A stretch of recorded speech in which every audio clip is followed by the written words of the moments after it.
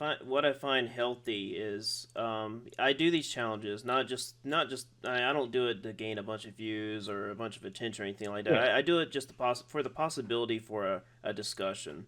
I document it on my channel. Yeah, as you notice, I kind of do what everybody else does. I don't think anybody does the whole item descriptions or locations, and unless at least I haven't seen anyone do that yet. But that's just maybe my little difference. And Yeah. but I document it just so I can even recommend strategies to people. It's like, oh man, Commander Nile's tough. I don't know how you handle the spirit summons. I'm like, well, I mean, if you want to try my strategy and maybe you can put your own twist on it, and then you can document it and post it on YouTube. Maybe I could learn something from that as well. And I just feel like Right. that could be a very healthy way to continue these challenge runs. And Yeah. You it's gotta kind of ignore the community that took the stage and just have fun with it on your own among friends and people that matter. And it's also fun looking back. You know, you document these challenges that you have done for Oh yourself, yeah. and you look back and like, man, I just that really motivates me to do it again and see if I can improve. There's always room for improvement. And there's also Oh some yeah. things where I'm not going to do that again. I don't think it's worth the time. Yeah. Like with the armored core, no rolling, no damage, no HUD thing from Hogwarts Legacy. I am not doing that again. That took way Oh too yeah. much time. But I do recommend it to people if they're interested at least. But I'm like, hey, if you do want to try it, here's the way it could. See that would be you couldn't do that if you didn't have the ability to throw items. If you couldn't throw items, then a no roll wouldn't be possible. It just couldn't unless the RNG is just really good, which would Yep. um, I think I managed to do that with like three bosses, but the third boss I did it with was just barely possible. I had to be extremely OP, and I think that's when I came to the realization where I was like, you know what, I don't think I want to keep doing this because it's really Yeah. thinning out right here. The game's not designed around it. Yeah, yeah. So I mean, but it was fun finding how much how much possibility there was in terms of just not rolling in that game. I did have very frustrating moments, but when it was done, when it just came all together, it was very extremely satisfying. But I don't think I could really recommend playing all the bosses that way. Definitely not, especially with the some where it has multiple enemies, because it's just not going to work. I really need to avoid getting into a gaming depression as much as possible. And so that Yeah. usually happens when I do this challenge and I want to talk to people about it, just express how I felt, what I went through, and then maybe, just talk about it in general. And usually, it's just most of the time, it's just nothing. People, people just usually just want to, how do I say it? They just show a lack of caring at all. I mean, it's not like I'm going on here saying, I'm better than everybody. People. I guess that's what people are assuming that I'm trying to do is just saying, oh, look how much better I am than everybody. But I'm not. Just wanted to talk about the experience and what I discovered, and want to see Yeah. if anybody else found this stuff. And Yeah. so I think that's one of the reasons why why sometimes I just get into a little gaming depression because sometimes you just kind of feel alone. And this I is can get into this really good. I can explain this very well. okay. So, gaming is something that I'm very passionate about, right? I love it. It's a great experience. It's a way to have the adventure that this world kind of lacks sometimes, right? Mm-hmm. And the things that I love and the things that anybody loves, right? You want to be able to share it. Like things are great alone, but people want to share what they do, right? Especially something that they're proud of. So if you do a challenge or something and you're really excited about it, you want to share it with people. You want to be able to discuss it, have somebody else that you can relate to and talk to about these challenges and get into the details, right? That other people aren't going to know about. And that's what's kind of missing is there's not really a lot of people that are willing to do that. And I've pretty much sought out the ones that are there from like the older community. Mm-hmm. And it's nice having them to like talk to and to share our viewpoints and find out that they're pretty much the same, especially when it comes to like Elden Ring. And when it comes to challenge runs, there's not really a lot of people that do them authentically, where they have like a passion behind it. It's usually just, oh, Elden Ring is fun or Dark Souls is fun, and I'm gonna do this challenge to prove I can do it. And it's just a challenge. It's not, there's nothing else to it, right? Mm-hmm. So for me, it all stems from immersion. Like if we go back to the Elder Scrolls Oblivion, right?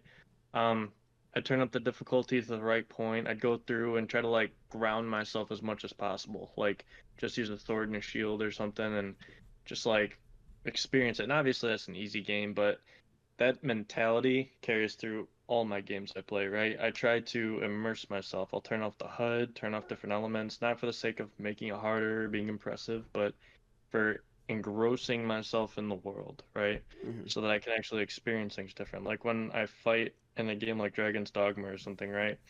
I'm fighting the enemy. I'm doing it moment to moment. I'm not thinking about, okay, this is this enemy's weakness. I'm going to go in there with this plan and exploit it. No, I'm going in there, I'm watching the animations and I'm responding accordingly. And I do, obtain that information like how things work and how I should counter it. But I like to do things more like intuitively and like experience the fights, right? Like they're actual fights. And just been kind of streamlined into meta for a lot of the community, the challenger community, where it's all about like being as efficient as possible, doing everything perfectly to the most extreme degree of difficulty, where I don't really think that that's what it's about, Like it's fine for people to do it. I have no problem with it, but I think it's kind of missing like the core value of it and what makes it special. Hmm. And And it's hard to find people that share that value.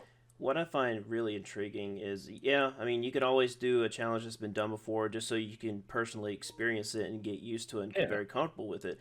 But I find what I really like is in creating my own challenges. And that's one thing And I yeah. definitely. Oh, sorry.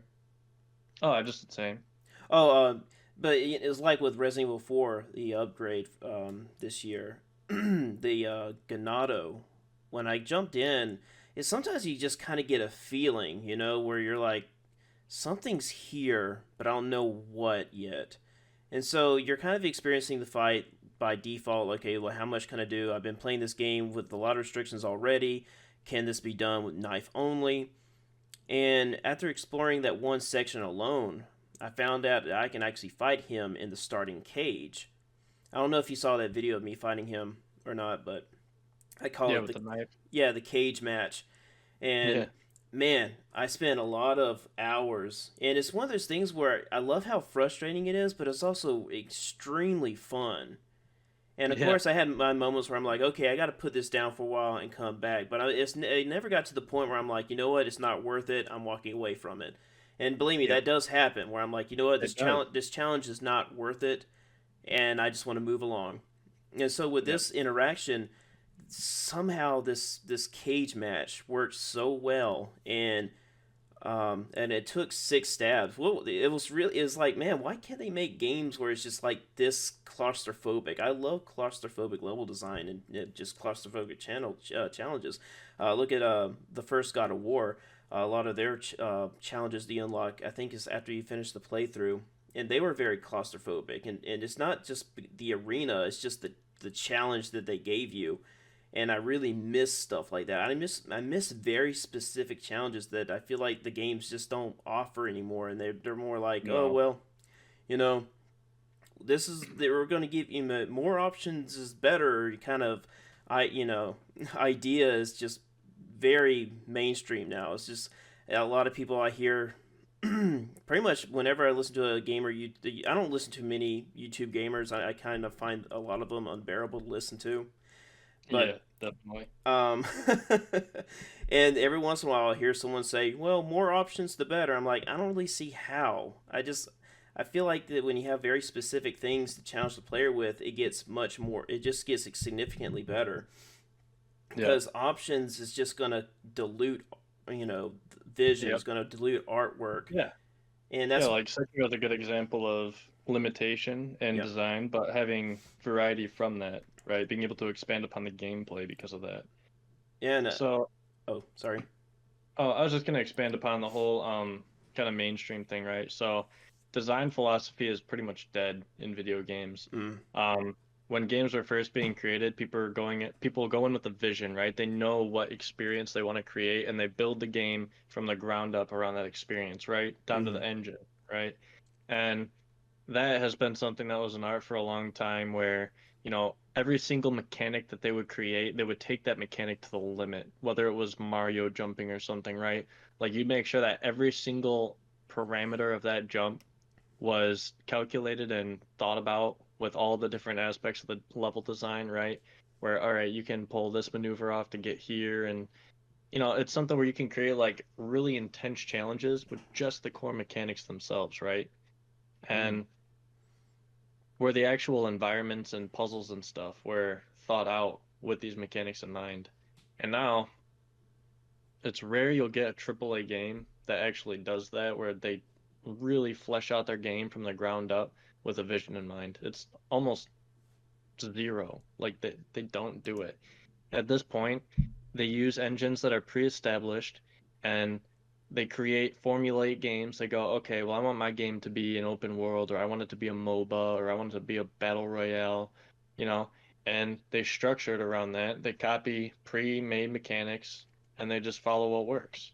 They follow what sells. And there's very little outside of that, unless you get into indie games where people will make mostly like 2D platformer indie games and stuff. That's where you'll get like or like Metroidvanias. That's where you'll get like good mechanics, and that's where you'll get good usage of the mechanics, where it actually handles them well. But in something like Elden Ring, like they do, but not nearly like they should. Like the jumping, for example. How much does jumping really come in handy other than some forced boss things where it's like, oh, you have to jump this attack? You either have to jump it or roll it, right? There's no in between. You can't just stand there. You can't get in a good position.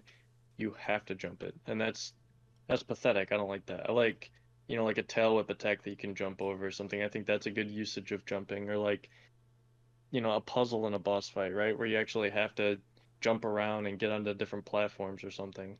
Then there's none of that. There's literally Yeah. none of that in Elden Ring. They don't utilize it well. The puzzles in that game are few and far between, and they're really not puzzles, right? The only thing that you really get for puzzles is like extremely cryptic, like, oh, you have to go here and talk to this random person that's hidden as a jar, and then you have to go over to this building and do this to get these two pieces so that you can go to this elevator and press triangle to toggle to this other thing. Like, that's not good secrets. Those aren't intuitive, well-designed secrets with good design philosophy behind them.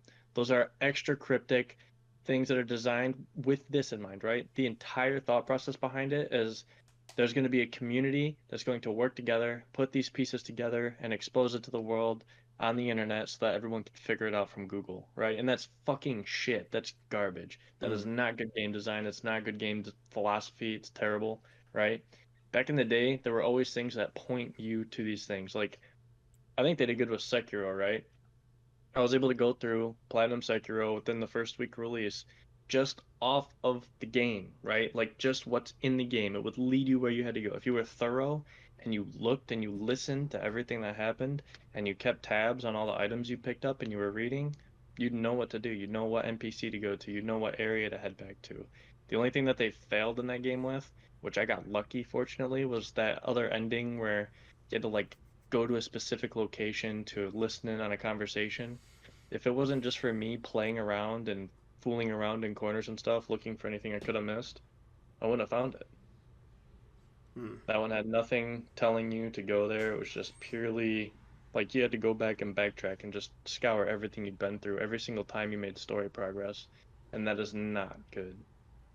And Elden Ring pretty much relies on that idea that you're just going to go back and scour an area over and over again because you don't know where they're going to hide those things. So theoretically, you'd have to go through and check every single location every single time you make story progress or kill a boss. And that's just unreasonable, especially in a game like Elden Ring. Well, It's a miracle I found what I did. oh yes, definitely. Thank you for listening to this podcast clip. If you want to watch more of the podcast, the full podcast is in the link in the description, along with my guest channel name. And if you would like to guest in a future podcast, please contact me and we shall talk so we can discuss many, many topics, more to come. Other than that, have a glorious day.